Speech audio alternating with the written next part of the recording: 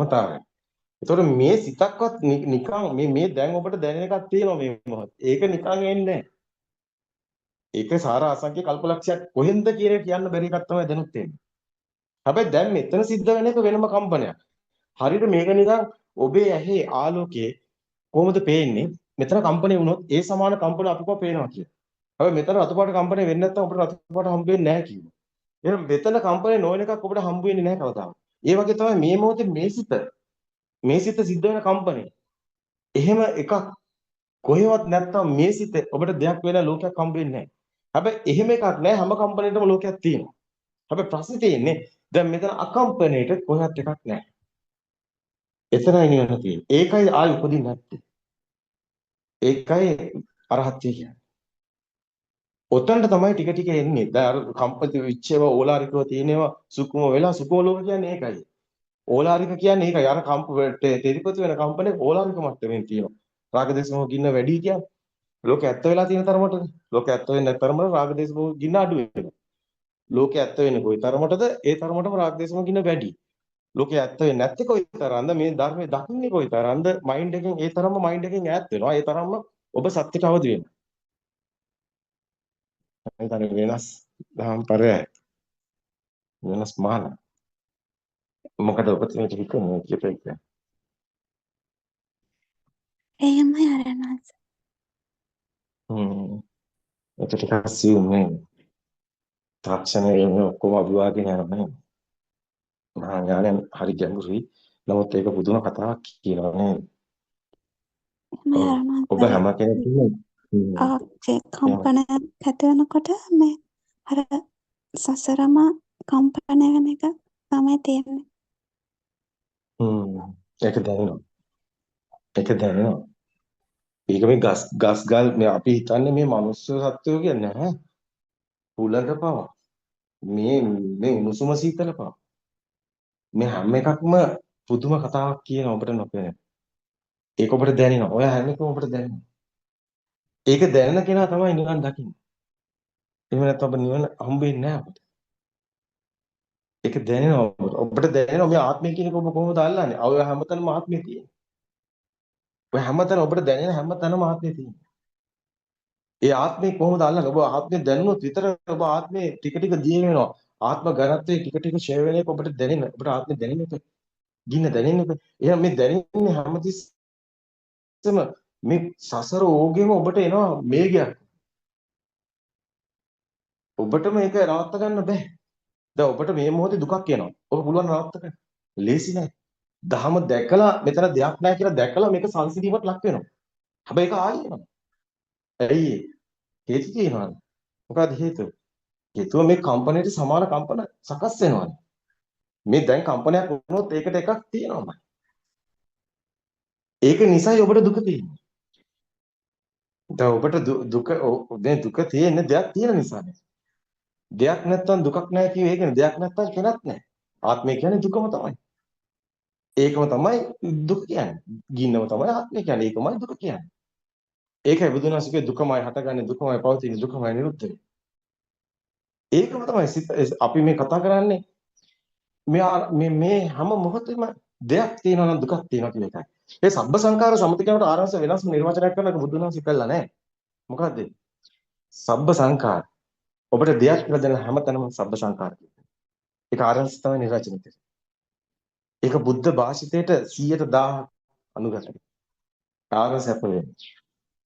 ආරංශ හොඳ මේවා ගැන විශාල පරීක්ෂණයක් ආරංශකේ තියෙන. මේ පරීක්ෂණයට පොත් නෑ කියන්නේ.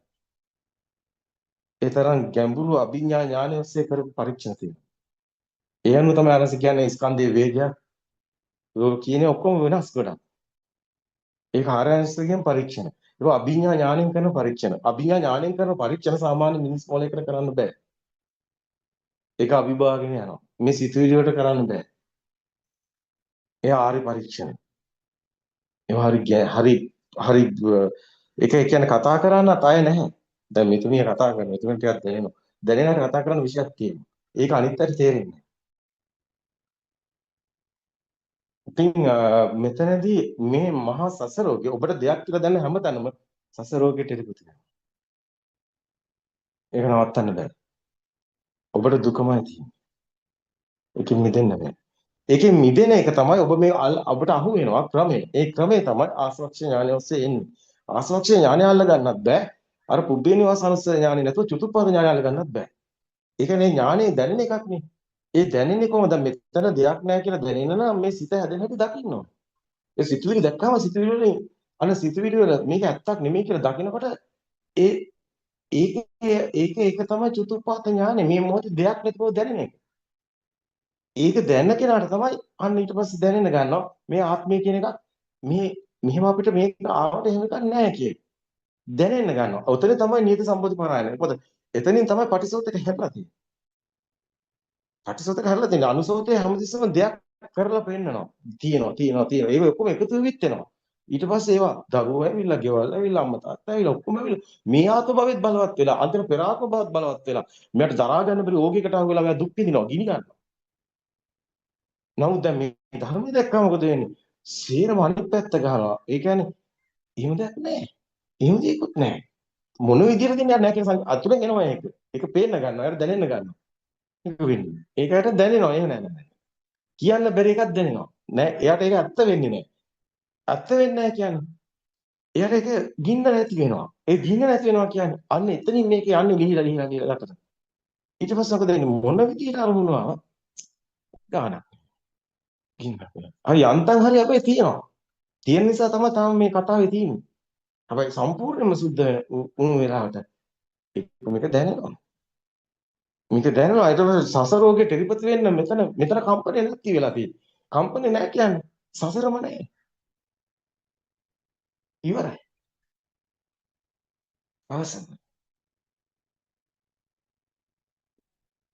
දැන් මේක කවදාවත් මේ නැති කරන්න බෑ. AI තාක්ෂණය නෙමෙයි මොනවා කියලා මොන රොබෝ හැදුවත්. ඒ රොබෝට මේ ෆීල් එක ගන්නත් බෑ. රොබෝට මේ දැනෙන එක නැති කරන්නත් බෑ. රොබෝට මේක දැනෙන්නේ නැහැ. ඔව් එතන ආරණුවත් දැන් ඔය රොබොට් කෙනෙක් කියලා කිව්වට එක මේ එයා කොච්චර ලයිව් නැද්ද කියනවනම් මේ නේෂ් එකේ තියෙන මේ ඔය ගහක් තරම්වත් ලයිව් ස්වභාවයක් නැහැ. එහෙම නේද ආරණුවත්? දැනෙන්නේ. එයාට දැනෙන්නේ නැහැ. එයා අර එයාට නැහැනේ ඉන්නවා කියන හැඟීම ඒක නැහැ. ඒක ඉන්නවා කියන එක තියාගන්න ඕන හැඟී ඒව නැහැනේ.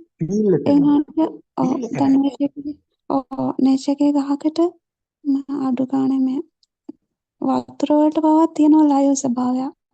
ඒක නැහැ මේ. එයා ඒ වලින් කොච්චර දේවල් හැදුවා. දැන් අපි ඔක පොඩ්ඩක් තව ටිකක් බැලුවොත් දැන් අපි හිතමු මෙතන දැන් කුරුල්ලෙක් කෑ ගහනවා කියලා, ලේනෙක් කෑ ගහනවා කියලා. අපිට ඒක 아무තු ෆීල් එකක් තියෙනවා. දැනෙනවා. නේචර් එකත් එක්ක ඒ තරම්ම සෙන්සිටිව් නම් දැනෙනවා. ඒක දැනෙනවා කියන්නේ සද්දයක් නෙමෙයි. ඒකත් එක්ක අපි දැනෙන එකක් තියෙනවා. ඒක ලයිව් එකක්. ඒක මේ ෆීල් එකක්. මේ හැමදේම හුලඟ අපි තුන් උණුසුම සීතල. දැන් උණුසුම සීතල දැනෙන එකක් නෙමෙයි මේ කියන්නේ. මේ කියන්නේ මේ හැම එකක් එක්කම බද්ධ වුණු ඇතුලේ තියෙන ආරෝපණ ස්වභාවයක්. ඒක තමයි මේ ආත්මී ස්වභාවය. ඒක තමයි මේ අපිට මේ දැනෙනවා මේ තමන් ඉන්නවා වගේ දැනෙන එක. ඒ ස්වභාවය තමයි මේ හැම එකටම තියෙනවා යටින් එහෙම. ඒකත් එක්ක තමයි මේ ලයිව් එක එන්නේ. ෆීල් එක එන්නේ. දැන් අපි ගත්තොත් එහෙම දැන් ඔය තාක්ෂණය එතන හරියටම කියනවා නම් එතන මේ ඒ AI නිෂ්පාදනයකට බෑ නේචර් එකට කනෙක්ට් වෙන්න. අන්න එහෙම නේද ආරයන්? කෙටියෙන් කිව්වොත් එතනින් ඔක්කොම කියවෙනවා. ගොඩාක් ඒවා කියන්නේ නැතුව ඒක කිව්වම AI තාක්ෂණයේ මේ රොබෝට බෑ නේචර් එකට ලින්ක් වෙන්න. දැන් නේචර් එක කියන්නේ සම්පූර්ණයෙන්ම අපි එක කිව්ව වේව් එකක් කම්පන මේ කම්පන එකට එකක් බද්ධ වෙලා තියෙන්නේ. අතමකවත් සමතුලිත වෙලා තියෙන්නේ. ඒක දැනෙන එකක්. මේක මේ නේචර් එකට ලින්ක් වෙනවා කියන්නේ ඒක දැනෙනවා කියන එක. ඔක්කොම එකට එකක් බද්ධ වෙලා තියෙන්නේ. ඒකට සෙට් වෙන්නේ නැහැ. ඒ තාක්ෂණයට අතර ෆීල් එකක් නෑ. කතා කරලා ෆීල් එකක් නෑ. ඔය ආරණස එතන තවත් පැහැදිලි කරනවා නම් මේ ධර්මය අවබෝධ කරගන්න අවශ්‍යතාවය නැති තනිකර මයින්ඩ් එකේ ඉන්න මිනිස්සු හරියටම රොබෝ වගේ. ඒගොල්ලන්ට කවදාවත් බෑ නේචර් එකට ලින්ක් වෙන්න. ඒ වගේ දෙයක් තියෙන ආරයන් වහන්සේ. කොහොමද නිවන් දකින්නේ? ඒක අපි කිය දැනෙන කෙනෙක්ටයි කියලා දුක දැනෙන කෙනෙක් කියලා දුකින් මිදෙන්නේ. ඒකට ඔබතුමේ මම ඍජු උත්තරයක් දෙන්න. ඇත්තටම දුකෙන් මිදෙන්නේ කොහොමද? දුක දැනෙන්නේ නැතුව. ඒක ඇත්ත. දැනෙන්නේ නැතුව කොහොමද ඒක වෙන්නේ? ඒක වෙන්නේ. කවදාවත් නිවන් දකින්න බෑ. ඇත්තටම මේ දැනෙන්නේ නැත්තම් කොහොමද නිවනක් හම්බෙන්නේ නැහැ. ගින්න තියෙන එක දැනෙන්න එපා. ගින්න නිවෙන්නේ. දැන් ඒක දැනෙන්නේ නැතුව කොහොමද? ගින්නක් නැහැ. නිවන් කොහොමද? නිවන් ගින්න කියන්නේ ඒකම. ආත්මය කියන්නේ ඒ මේ ආත්මය තියෙන එක අල්ලගන්න බැරුව ආත්මෙ මිදෙන්නේ කොහොමද? නේ? ආත්මය කියන එක අල්ලගන්න බැරුව ආත්මෙ මිදෙන්නේ බෑ. එයා දන්නේ නැහැ යාගේ ආත්මය කොහෙද කියන්නේ. ඒ නිසා තමයි අපි ගොඩක් අය සාකච්ඡාවලදී අහනවා ඔබේ ආත්මය කොහෙද තියෙන්නේ කියලා. ඒතකොට ඕක අහන් ඉන්නේ කෙනා මෙන්න ආත්මයක් තියෙනවා කියුවා. නෑ නෑ. සාමාන්‍ය මිනිස්සෙක් මම ඉන්නවා කියන තමයි සංඥාව තියෙන්නේ. ඉත්ත සංඥාව තියෙන්නේ. ඒතකොට එයා දන්නේ නැහැ කොහෙද එයා ඉන්නේ. නමුත් එයා ඉන්නවා කියලා. නමුත් එයාට දැනෙනවා මොකද්ද කියලා තේරෙන්නේ නැහැ. ඒතකොට එයා දැනෙන එකක් ඒක. ඒතකොට ඒක දැනෙන එක්කෙනාට එයාට ගින්නක් තියෙනවා. මේ මට දුකයි මේ මට ඉන්න බෑ. මේ ප්‍රශ්න මේ මෙහිමයි කිය. එයා ගිනි ගන්නවා. අයි ඒ ගින්න තමයි ආත්මේ. ඒතකොට ඒක දැනන කෙනා ඒකෙ මිදෙන්න උත්සාහ කරනවා. දැන් ඔය ගින්න තියනවාද රොබෝට? නැහැ. ඒ කතාව තව ඉතින් කියනවා. දැනෙන්නේ නැත්තම් නිවන දැනෙන්නේ නැපේ ගින්න. ගින්න නැතුව යන්න. ඕකේ භයානකකම තියෙන්නේ මෙන්න මේමයි. ඕකේ භයානකකම තියෙන්නේ දැන් AI තාක්ෂණයේ ඔස්සේ අපි කිව්වනේ මීට මාස කිහිපයකට කලින් කිව්වා ආටිෆිෂල් ඉන්ටෙලිජන්ට් ටෙක්නොලොජිස් මේ බුද්ධි මොලේ කියලා අපි කියන්නේ. බුද්ධි මොලේ මෙයාට ප්‍රශ්නයක් එනවා කියලා මෙන්න මේක දරා ගන්න බැරුව. මොකද මෙයාට හැක් කරන්න පුළුවන් මයින්ඩ් එකේ ඉන්න අය. නේද? මයින්ඩ් එකේ ඉන්න හැක් කරන්න පුළුවන්. දිව්‍ය ලෝකයක් තියෙනවා, නිරයක් තියෙනවා වගේ ඒවා කියලා සිතුවිලි වල දෘෂ්ටි වල හිර කරලා හැක් කරන්න පුළුවන්. දැන් මිනිස්සු ඔක්කොම ජීවත් වෙන්නේ දෘෂ්ටි වලනේ. නේ දෘෂ්ටි වල ජීවත් වෙන්නේ. ලෝකේ තියෙනවා, පුටුව තියෙනවා, මිනිස්සු තියෙනවා ඔක්කොම දෘෂ්ටි වල ඉන්නේ.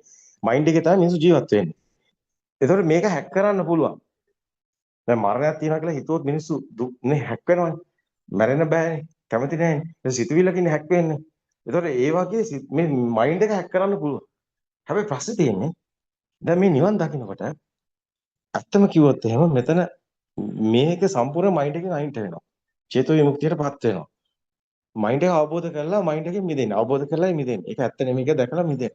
මිදුනහම යා මයින්ඩ් එකෙන් ඔය ගණන් ගන්න මැරෙනවාද ඉපදෙනවා ඔක්කොම සිතුවිලි. ඒකට ඔක්කොම මිදෙනවා. ඔය ප්‍රශ්නයක් නැහැ. ගින්නක් නැහැ. මොනවා වතර ගානක් නැහැ. ඊට පස්සේ මම මිදිලා ඉන්නවා. දැන් මිදිලා. දැන් එතකොට මේ අර දැනෙන ස්වභාවයක් මේක ඇතුලේ ගින්න නැහැ දැන්. මේක අර මයින්ඩ් අර AI තාක්ෂණයෙන් දෙන පණිවිඩයකින් මයින්ඩ් එකක් හැක් කරාට මේක හැක් කරාට බෑ. AI තාක්ෂණයෙන් දෙන පණිවිඩය එන එකෙන් තමයි ඔබේ ඔය ෆෝන් එකට එන මැසේජ් ඔක්කොම බලන්න ඔබ හිතන විදිහට නෙන්නේ. ඒ විදිහට ඔබ දිව්‍ය ලෝකයක් තියෙනවා කියලා හිතාගෙන, නිරයක් තියෙනවා කියලා හිතාගෙන, ඔබ මෙහෙම මැරෙනවා කියලා හිතාගෙන, මම ඉන්නවා කියලා හිතාගෙන ඔක්කොම දුෂ්ටිනේ. දැන් ඕක හැක් කරන්න පුළුවන්. ඔබ මෙහෙම නොකළොත් මැරෙනවා කියලා පණිවිඩයක් ආවත් හැක් වෙනවා. හැක් වෙනවා. ඔබ දෙයියෝ මෙහෙම කරගෙන දැන් ගොඩාක් ආගම් වල දෙයියෝ අදහනවා. ඒ අදහනකොට ඊට පස්සේ දෙයියෝ මෙහෙම දැන් නේ මුස්ලිම් ආගම උදාහරණයක් විදිහට අනිත් ආගම් වල ඔක්කොම අය මරන්න ඕනේ කියලා මෙහෙම දෙයියන් ගාමසේ කැමැත්තේ කියලා කියපු ගමන්ම ඕක සිතුවිලක් විදිහට ගිහිල්ලා මුස්ලිම් වරු සේරම එකතු වෙලා ලෝකෙම ඉන්න අනිත් අය ඔක්කොම මරන්න ගත්තොත් මොකද වෙන්නේ? දැන් මේක හැක් වෙලා නෙමෙයි. මේ විදිහට සියදු විනාශා ගන්නත් හැක් වෙන්න පුළුවන්. හැබැයි මේ නිවන් දකපු කෙනෙක් කොහොමද හැක් කරන්නේ? බෑ. ඔන්න ඔතන තමයි කිව්වේ දැන් බුද්ධි මොලයක් හදලා ලෝකේ පාලනය කරන්න ගියොත් මිනිස්සු ඔක්කොම හැක් වෙලා කියන විදිය කරනවා. හැබැයි කොටසක් ඉඳි කියන විදිය නොකරන. එතකොට බුද්ධි මොලේටම ප්‍රශ්නයක් වෙනවා. මේ කට්ටිය පාලනය කරන්න පාවිච්චි කරන්නේ අර මිනිස්සුමයි. අර මයින්ඩ් එකේ ඉන්න අයමයි. ඒ අය ධම්මනවා. ඒ අයට පණිවිඩ සිග්නල් දීලා අර පාලනේ